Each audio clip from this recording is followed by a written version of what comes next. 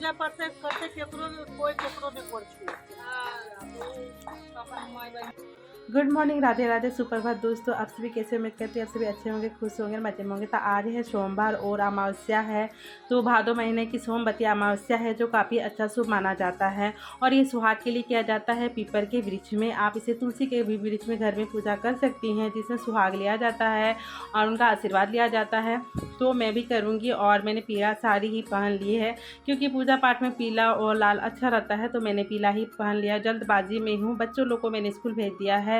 और यहाँ पे चाची हैं बगल वाली ना, उनको भी जाना है। तो वो बोल रही थी जल्दी, क्योंकि उनको निकलना है, वो काम करती हैं। तो मैं वही झटपट से नहा ली थी।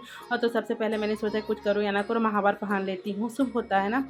तो ये पूजा ना सोमवती अमावस्या का कहा जाता है। जो सोमवार के दिन पड़ती है, अमावस्या तिथि होती है, इसलिए से सोमवती अमावस्या कहा जाता है। इसमें पीपर के वृक्ष में पूजा की जाती है, फेरी लगाई जाती है और सुहाग लिया जाता है सोना धोबिन से। तो यहाँ पे सोना धोबिन का चित्र बनाया जाता है पेड़ पे और उनसे सुहाग लिया जाता है, फेरी दिया जाता है 108 बार की, 11, 51, जितने भी सामर्थ्य हो उन हिसाब से। तो और मीठे जल अर्पित किए जाते हैं, सुहाग के चीज चढ़ाए जाते हैं। तो काफ़ी इसमें इनकी कथा भी सुनी जाती है। तो यहाँ पे मैं महावर लगा रही हूँ। पूजा की थाली मैंने तैयारी कर ली है। मैं आप सभी को सोमा धोबिन की कहानी भी बताऊँगी। थोड़ी सी लंबी है, मैं शॉर्टकट में थोड़ी सी बता देती हूँ, क्योंकि वीडियो काफ़ी लंबी हो जाएगी। तो यहाँ पे मैं महावर लगा रही हूँ। और यहाँ पे क्योंकि कोई भी पूजा त्यौहार करो ना, पैरों में महावर, हाथों में चूड़ियाँ हमेशा रखनी चाहिए। एक सुहागिन महिला की पहचान होती है। और इन चीज़ों को से हम अपने पति की दीर्घ आयु भी लेते हैं। तो यहाँ पे ना इस त्यौहार में ना पति की दीर्घायु होती है और इसमें पितरों की भी आशीर्वाद मिलता है। पितृ दोष भी कटित होते हैं, क्योंकि अमावस्या तिथि होती है और सोमवार का दिन भी है। और ये इसमें पीपर की जड़ में ब्रह्मा, विष्णु, महेश, लक्ष्मी सारे देवी देवता वास विराजमान रहते हैं उनकी जड़ में, इसलिए ये पुण्य होता है। ये फल इसमें घर में सुख समृद्धि बनी रहती है और सुहाग भी सही सलामत रहते हैं। तो यहाँ पे मैं कर रही हूँ और यहाँ पे मेरी थाली मैंने रेडी कर लिया है। थाली में मैंने ना सारे कुछ ले ली हूँ। और यहाँ पे मैंने आज रुआ और मूली नहीं छूना चाहिए। आज रुई का मैंने दीप नहीं लगाया है, मैंने सादा सफ़ेद अरवा सूता का दीप लगाया है। और यहाँ पे मैंने अर्पण लिया है, सिंदूरदानी ली है, समी पत्ता लिया है, आरती के लिए मैंने एक दिया ले लिया है। और यहाँ पे मैंने थाली में सारी चीज़ ली हूँ। 108 बार कोई चीज़ आप ले सकते हो, बादाम, इलायची दाना, मिश्री, कुछ भी आप सामग्री 108 ले सकते हो। और यहाँ पे मोली धागा ले जाना है। सुहाग की चीज़ें जो भी आपकी इच्छा हो, जितना सामर्थ्य हो चढ़ा सकती हैं। तो जितना आपको हो सके ना, उतने हिसाब से आप चढ़ाएं, पंडित को दान दें। और यहाँ पे मैंने घर से जल लिया है, थोड़ी सी मैंने मिश्री भी ले ली है, चंदन, अरवा चावल होते और काली तिल आजाद चढ़ाना शुभ होता है। काला तिल अमावस्या तिथि में चढ़ती है, तो ये सब ले लें। और मैं आ गई हूँ जड़ के पेड़ पे। तो यहाँ पे देखिए भीड़ कम है। और आज के दिन आप सोमवती अमावस्या जितना जल्दी होना करो ना, उसका पुण्य काफ़ी होते हैं। तो यहाँ देखिए कोई भी नहीं है। और जहाँ मैं वट सावित्री करती हूँ ना, वही मंदिर में आई हूँ। यहाँ पे सभी देवी वृक्ष हैं और भगवान शिवलिंग भी हैं। तो यहाँ पे सबसे पहले दीप लगाना है, जल चढ़ानी है। उसके बाद क्योंकि दीप ही एक है ना, हमारी साक्षी रहते हैं हमारे त्योहारों का, हमारे व्रत का। तो सबसे पहले दीप जरूर प्रज्वलित करें, उसके बाद आप पूजा करें। तो जितने भी सामान लाए हैं ना, सामग्री, वो सब चढ़ाना है। और उसके बाद यहाँ पे जो मैंने अर्पण लाए हैं, उसे सोना धोबिन का चित्र बनाना है, उसमें सिंदूर लगानी है और वही सिंदूर फेरी लगाते समय देना है और उनसे लेना है। तो इससे हमारे पति की दीर्घ आयु होती है और अपने घर की सुख समृद्धि बनी रहती है। तो सोना धोबिन है ना, वो सोमवती अमावस्या करती थी पूरी निष्ठा के साथ, जिसे उसको पुण्य फल दिया गया था। और वो किसी को अपना पुण्य दे भी सकती थी, किसी को सुहाग को ला भी सकती थी, उतनी शक्ति थी उनमें।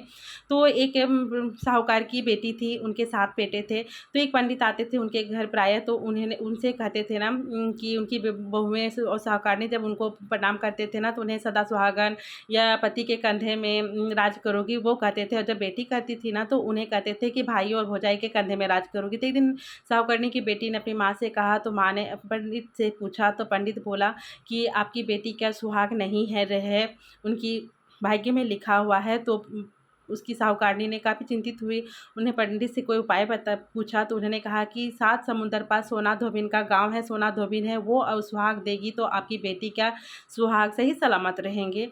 तो उन्होंने कहा और उनसे पता लिया। तो उन्हें अपने बेटे से कहा, तो उसका छोटा बेटा रेडी हो गया जाने के लिए।